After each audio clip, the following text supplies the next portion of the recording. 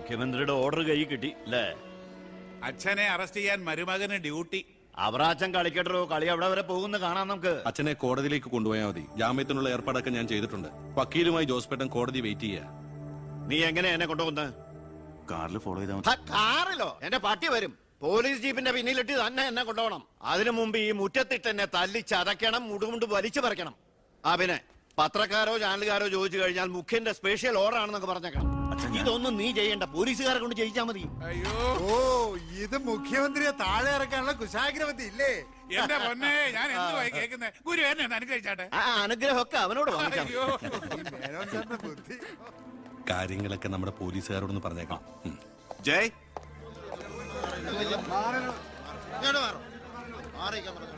പത്രക്കാരും ചാനലുകാരും ഒക്കെ റെഡിയാ. എന്നാ പിന്നെ തുടങ്ങിക്കോ. നടക്കണം സാർ. പിടിച്ചു തരണോ?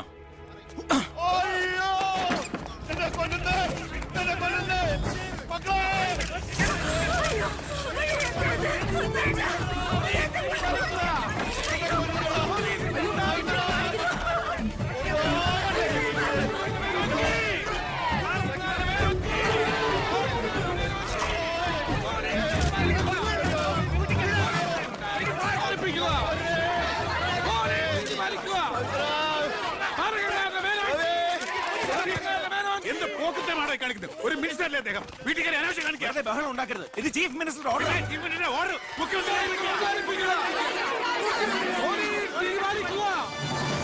നമസ്കാരം. പ്രധാന വാർത്തകൾ. മന്ത്രി ബാലഗംഗാധര മേനോന്റെ അറസ്റ്റിൽ പ്രതിഷേധിച്ച് കേരളത്തിൽ പലയിടങ്ങളിലും അക്രമങ്ങൾ.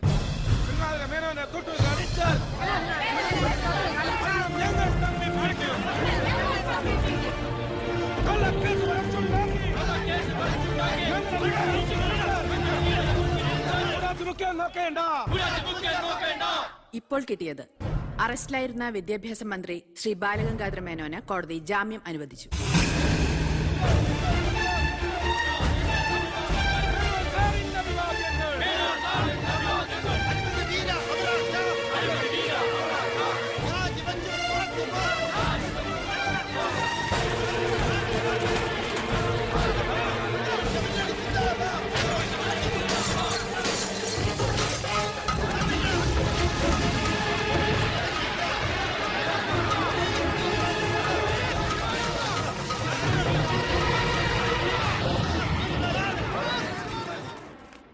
എടോ മേന്നെ, എന്നെ താഴെ ഇറക്കാൻ താൻ കളിച്ച കളി വളരെ ചീപ്പായി പോയി.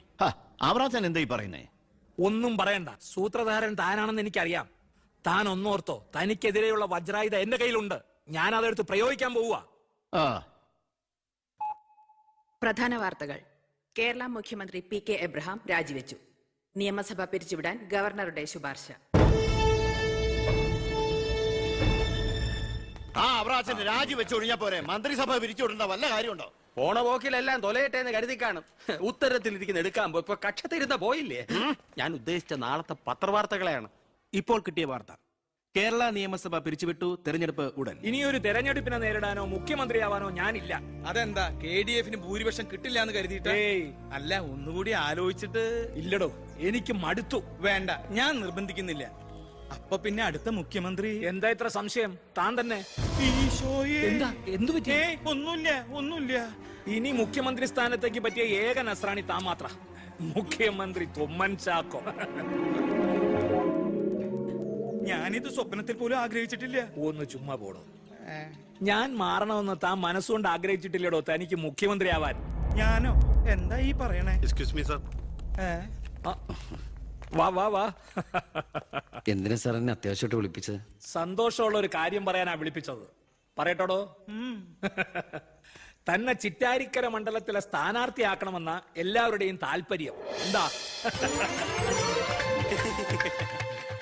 അപ്പൊ അച്ഛൻ? എടോ, മേനോന്റെ പേരിൽ അഴിമതി ആരോപണവും കേസും ഒക്കെ ഉള്ള നിലയ്ക്ക് 8 നിലയിൽ പൊട്ടുമെന്ന കാര്യത്തിൽ സംശയമില്ല.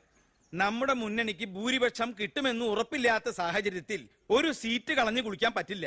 താൻ ഒന്നുകൊണ്ടും പേടിക്കണടോ, താൻ ജയിക്കും. വർക്ക് തുടങ്ങിക്കോ.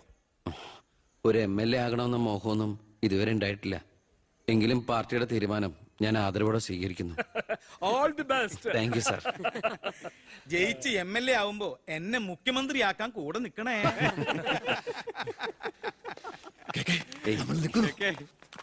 ഞാൻ ജീവിച്ചിരിക്കുമ്പോ ചിറ്റാരിക്കര മണ്ഡലത്തിൽ പുതിയൊരു സ്ഥാനാർത്ഥിയെ കുറിച്ച് ചിന്തിക്കേണ്ട കാര്യമില്ല, അത് നടക്കില്ല. എടോ, കഴിഞ്ഞ 25 കൊല്ലമായിട്ട് ഞാൻ MLA ആയിരുന്നു, മന്ത്രിയായിരുന്നു. പക്ഷെ ജനത്തിന് ഇപ്പൊ തിരിച്ചറിവ് വന്നു തുടങ്ങി എന്നെ. ഓരോ സീറ്റും വിലപ്പെട്ടതാ. വാശിപ്പുറത്ത് അത് വെറുതെ പാഴാക്കി കളയരുത്. താനെ പോടാ അവിടുന്ന്. എനിക്കെതിരെ ഇതിലും വലിയ ആരോപണങ്ങൾ ഉണ്ടായിരുന്ന കാലത്തും കേരളം മുഴുവൻ ജനപക്ഷ തരംഗം ആഞ്ഞടിച്ചിട്ടും വൻ ഭൂരിപക്ഷത്തോടെ വിജയിച്ചവനാ ഈ ബാലഗംഗാധരൻ. ഇന്നിപ്പം പുളിച്ച പൗരധർമ്മം വിളമ്പുന്ന ഈ തൊമ്മിച്ചടക്കം പലരും അന്ന് തോറ്റു തുന്നം പാടി ചരിത്രം മറക്കണം. ഞാൻ തോറ്റത് നിങ്ങളുടെ ഗ്രൂപ്പ് കാലു വരിയതുകൊണ്ടാണ്. വേറെ ആരും അല്ലല്ലോ മേന്നെ, തന്റെ മകനല്ലേ സ്ഥാനാർത്ഥി. കൊള്ളാം, അവർ അച്ഛന്റെ 18ാമത്തെ അടവ് കൊള്ളാം. അച്ഛനെതിരായി മകനെ വെച്ച് കളിക്കുക. ഇതേ പിള്ളേര് കളിയല്ല. ജനപക്ഷത്തിന്റെ സ്ഥാനാർത്ഥി നിസ്സാരക്കാരനല്ല. എന്തൊക്കെ പറഞ്ഞാലും യോ മുഖ്യമന്ത്രി രാജിവെക്കുന്ന കാര്യമല്ല. പിന്നെ ചിറ്റാരിക്കര മേനോൻ സാറിന് തന്നെ വേണം. അതൊഴികെ മറ്റെല്ലാ സ്ഥാനാർത്ഥികളെയും നമുക്ക് അംഗീകരിക്കാം. പക്ഷേ മേനോൻ സാറിനെ മാറ്റി നിർത്തിക്കൊണ്ടുള്ള ഒരു ഒത്തുതീർപ്പിനും ഞങ്ങൾ ആരും തയ്യാറില്ല. അതെ, മേനോന് സ്ഥാനാർത്ഥിയാക്കിക്കൊണ്ടുള്ള ഒരു ഒത്തുതീർപ്പിന് ഞങ്ങൾ നേരല്ല. പാർട്ടി വളർത്തി പോകാൻ നിന്നവരവര് തെരഞ്ഞെടുപ്പ് പെട്ടെന്ന് വന്നപ്പോ ഇവിടെ തന്നെ കൂടി.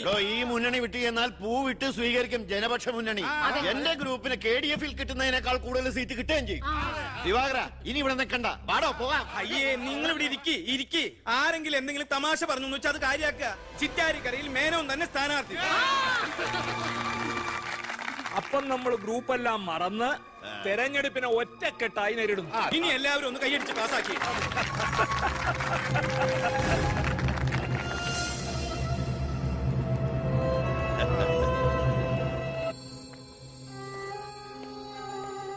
വിഷമിക്കണ്ടോ, താൻ ചെറുപ്പമല്ലേ, ഇനി അവസരമുണ്ട് ഒരുപാട്.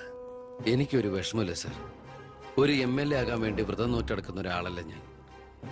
അധികാരത്തിന്റെ അപ്പകഷ്ണം കിട്ടാൻ ചെയ്തു കൂട്ടിയ നെറുകേടുകളൊക്കെ പരസ്പരം മറക്കും, എല്ലാം പൊറുക്കും, എല്ലാവരും ഒന്നാക്കും. അധികാരം കിട്ടിക്കഴിയുമ്പോ പിന്നെയും തമ്മിൽ തല്ലും, പിരിയും. പക്ഷേ കൂടെ നിൽക്കുന്ന എന്നെ പോലുള്ള അണികൾക്ക് അത് ചിലപ്പോൾ ഉൾക്കൊള്ളാൻ കഴിഞ്ഞെന്ന് വരില്ല, എളുപ്പം ദഹിച്ചെന്ന് വരില്ല. വരട്ടെ സാർ.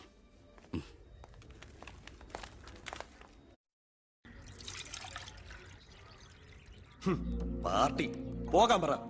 അവരവരുടെ സീറ്റ് നിലനിർത്താൻ വേണ്ടി എല്ലാം മറന്ന് അവരൊന്നായി. തൊന്തയ്ക്ക് പറക്കാത്ത വർക്കം. ഈ നാറിയ രാഷ്ട്രീയ വ്യവസ്ഥയാണ് എതിർക്കേണ്ടതും പൊളിക്കേണ്ടതും. ഞങ്ങളുടെ ഒരു അഭിപ്രായം പറയട്ടെ, നീ സ്വതന്ത്രനായിട്ട് മത്സരിക്കണം. ശക്തമായ 2 മുന്നണികൾക്കെതിരെ മത്സരിക്കാനോ? എന്നിട്ട് കെട്ടിവെച്ച കാശിന് എവിടെ പോകും? ജയിക്കാൻ വേണ്ടിട്ടല്ല, പിന്നെ യൂത്തിന്റെ പ്രതിഷേധം അറിയിക്കാനാ. എന്നാലും അച്ഛനെതിരായിട്ടല്ല, അച്ഛന്റെ രാഷ്ട്രീയ നയങ്ങൾക്കെതിരായിട്ടാണെന്ന് എപ്പോഴും നീ പറയാറില്ലേ, അതുകൊണ്ടാ. പോലീസുകാർക്ക് രാഷ്ട്രീയം പാടില്ലെന്നാ. എങ്കിലും ഒന്ന് പറയാം, ഞാൻ ഇവരുടെ അഭിപ്രായത്തോട് പൂർണ്ണമായി യോജിക്കുന്നു. എന്താടോ, മത്സരിച്ചുകൂടെ? അധികാരമില്ലാതെ താൻ ഇവിടെ കിടന്ന് വിളിച്ചു കൂവിയിട്ടും പോരാടിയിട്ടും ഇവിടെ ഒരു മാറ്റവും സംഭവിക്കാൻ പോകുന്നില്ല. തന്നെ പോലെ സാമൂഹ്യ ബോധവും നിശ്ചയദാർഢ്യവും തന്റെ ഉള്ളതിന് മുമ്പിൽ നെഞ്ചു വിരിച്ചെന്ന് സല്യൂട്ട് ചെയ്തിട്ട് ഒരൊറ്റ ദിവസമെങ്കിലും അന്തസ്സോടെ ജോലി ചെയ്യണമെന്ന് ആഗ്രഹം ഉണ്ടോ? പിന്നെ ഈ ജയവും പരാജയവും ഒക്കെ നമ്മൾ ദൈവത്തിന് വിടുന്നു. 1000 വോട്ടേ തനിക്ക് കിട്ടിയുള്ളൂവെങ്കിലും ആ 1000 പേരും തന്റെ ഒപ്പമാ, തന്റെ നേതൃത്വം അംഗീകരിച്ചവരാ.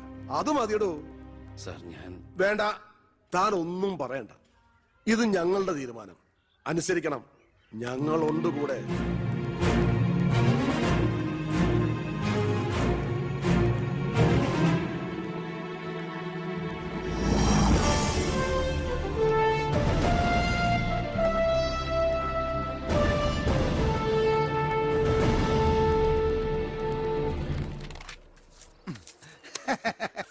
ഒരുപാട് തെരഞ്ഞെടുപ്പുകൾക്ക് ഞാൻ പോസ്റ്റർ ഒട്ടിച്ചിട്ടുണ്ട്. ഭയങ്കര രാശിയുള്ളവനാ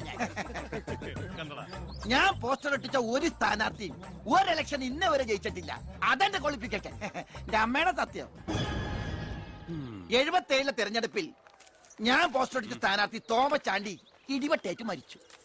84 സ്ഥാനാർത്ഥി പാണ്ടിലോറി കയറി മയ്യത്തായി. പിന്നെ മരിക്കാത്ത സ്ഥാനാർത്ഥികൾക്ക് കെട്ടിവെച്ച കാശ് പോലും കിട്ടില്ല. പിന്നെ മൈക്ക് അനൗൺസ്മെന്റിൽ ഞാൻ ബഹുമെടുക്കാനാ. മൈക്ക് അലവൻസ് അല്ല, മൈക്ക് അനൗൺസ്മെന്റ്. അതന്നെ ഞാനും പറഞ്ഞത്. എനിക്കറിഞ്ഞൂടെ? നീ എന്റെ മാനം കളയരുത് ഈശ്വര. ഇവന്റെ കെട്ടിവെച്ച കാശെങ്കിലും കൊടുത്തേക്കണേ.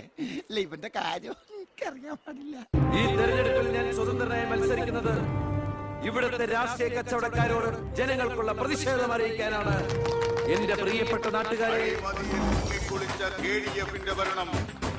ഈ രാജ്യത്തിന്റെ ജനപക്ഷ മുന്നണി സ്ഥാനാർത്ഥി സഖാവ് ജനാർദ്ദനൻ പിള്ളയ്ക്ക് അരിവാൾ അടയാളത്തിൽ വോട്ട് രേഖപ്പെടുത്തി പ്രിയപ്പെട്ട വോട്ടർമാരെ, KDF-ന്റെ ശക്തനായ സ്ഥാനാർത്ഥി ശ്രീ ബാലഗംഗാധര മേനവന് ശാന്തിയുടെയും സമാധാനത്തിന്റെയും ചിഹ്നമായ അമ്പും വില്ലും അടയാളത്തിൽ നിങ്ങളുടെ വിലയേറിയ വോട്ടുകൾ രേഖപ്പെടുത്തി ഒപ്പിച്ച ഭൂരിപക്ഷത്തോടെ വിജയിപ്പിക്കുവാൻ അപേക്ഷിക്കുകയാണ്, അഭ്യർത്ഥിക്കുകയാണ്. ജനാധിപത്യ വിശ്വാസികളെ, നാട്ടുകാരെ, അഴിമതിക്കാരെയും കൊള്ളക്കാരെയും ഈ നാട്ടിൽ നിന്ന് എത്രയും പെട്ടെന്ന് കെട്ടുകെട്ടിക്കുന്നതിന് യുവത്വത്തിന്റെ പ്രതീകമായ കൃഷ്ണകുമാറിന് നമ്മുടെ ദേശീയ മൃഗമായ സിംഹം, ഒന്നും മിണ്ടാണ്ടിരിക്കും, അതെന്നെ ഞാൻ പറയാൻ പോണത്. നമ്മുടെ ദേശീയ മൃഗമായ കടുവയുടെ സ്വന്തം ചേട്ടനായ സിംഹം അടയാളത്തിൽ വോട്ടുകൾ രേഖപ്പെടുത്തി വിജയിപ്പിക്കണമെന്ന് അഭ്യർത്ഥിക്കുകയാണ്, അപേക്ഷിക്കുകയാണ്.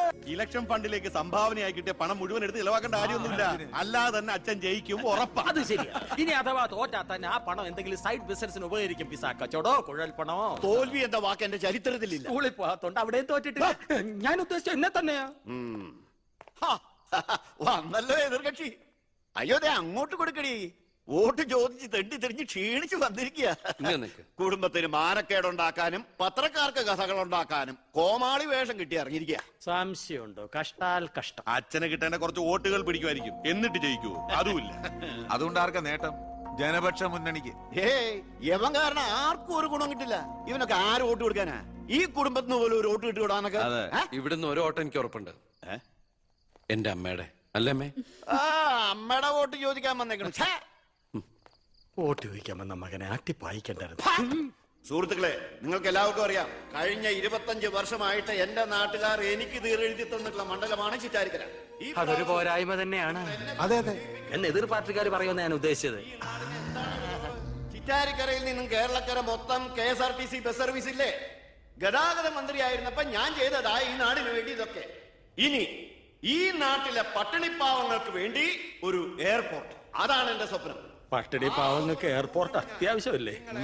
ലണ്ടനിൽ പോവാൻ, അതെന്തിന്? വെളുക്കിരിക്കാൻ. ഈ നാടിനെ സ്വർഗതുല്യമാക്കാൻ നിങ്ങൾ എന്നെ വിജയിപ്പിച്ച് മന്ത്രിയാക്കി ചിറ്റാരിക്കരയുടെ പാരമ്പര്യം നിലനിർത്തണമെന്ന് ആഹ്വാനം ചെയ്തുകൊണ്ട് നിർത്തുന്നു. ജയ് ഹിന്ദ്. അടുത്തതായി 2 പ്രമുഖ മുന്നണി സ്ഥാനാർത്ഥികൾക്കെതിരെ സ്വതന്ത്രനായി മത്സരിക്കുന്ന പി കൃഷ്ണകുമാറിന് എന്താണ് പറയാനുള്ളത് നമുക്ക് നോക്കാം. സ്വന്തം അച്ഛനെതിരെ മത്സരിക്കുന്ന ആണോ? പ്രിയമുള്ളവരെ, ബഹുമാന്യരായ എന്റെ 2 എതിർ സ്ഥാനാർത്ഥികളുടെ മോഹനസുന്ദര വാഗ്ദാനങ്ങളും വീരവാദങ്ങളും നിങ്ങൾ കേട്ടുകഴിഞ്ഞു. നടക്കാത്ത വാഗ്ദാനങ്ങൾ നൽകി നിങ്ങളെ വഞ്ചിക്കാൻ ഞാൻ തയ്യാറല്ല. പക്ഷേ ഒരു കാര്യം നിങ്ങളെ അറിയിക്കാൻ ഞാൻ ഈ അവസരം ഉപയോഗിക്കുകയാണ്. ശക്തമായ 2 മുന്നണികൾക്കെതിരെ മത്സരിക്കുന്ന ഒരു സ്വതന്ത്ര സ്ഥാനാർത്ഥിയാണ് ഞാൻ. വിജയസാധ്യത വളരെ കുറവായി എനിക്ക് ഇവിടുത്തെ പല പ്രമുഖ വ്യവസായികളും പ്രമാണിമാരും കുറച്ച് പാരിതോഷികങ്ങൾ തന്നിട്ടുണ്ട്.